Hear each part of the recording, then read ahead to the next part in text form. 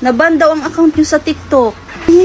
Paano na to, ma? Paano na yung mga kapatid namin, yung pag-aaral nila, yung pagkain nila, paano na kami makakapadala sa pamilya natin? Sorry mga anak ha, kayo ngayon ang namumroblema para sa pamilya natin. Imbis na kami naman talagang mga magulang yung dapat na sumusuporta sa inyo. Okay lang, ma.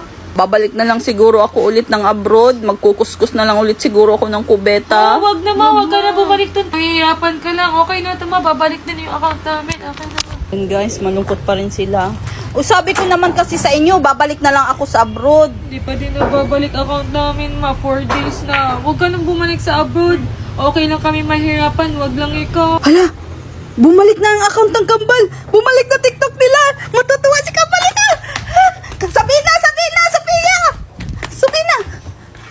Bumalik na yung TikTok nyo. Ayan na, tingnan mo.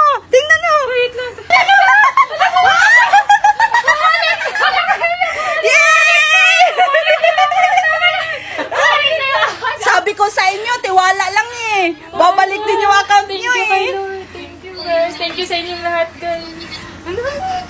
Thank you din sa nagbalik sa account namin, guys. Sila Hazel, yung sila May.